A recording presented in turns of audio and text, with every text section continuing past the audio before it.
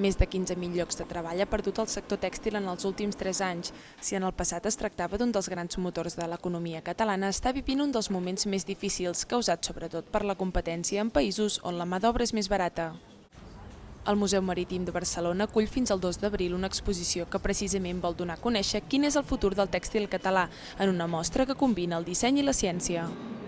El tèxtil català sempre l'hem entès com a productes molt bàsics de vestir, sempre aplicat al vestuari, i moltes empreses ja s'han transformat o s'estan transformant amb aquest tipus d'aplicacions.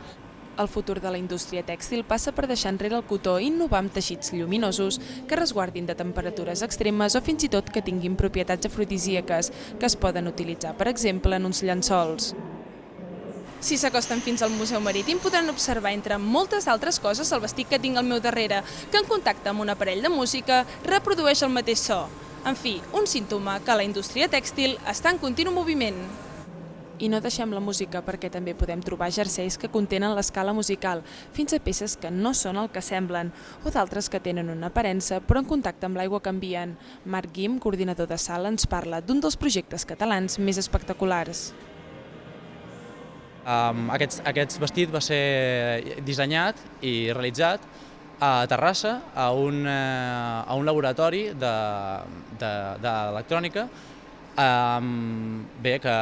dedicat, focalitzat principalment a la creació de nous teixits per mitjà de LEDs. Tecnologia i disseny barrejats per tal que la indústria tèxtil catalana torni a emprendre el vol.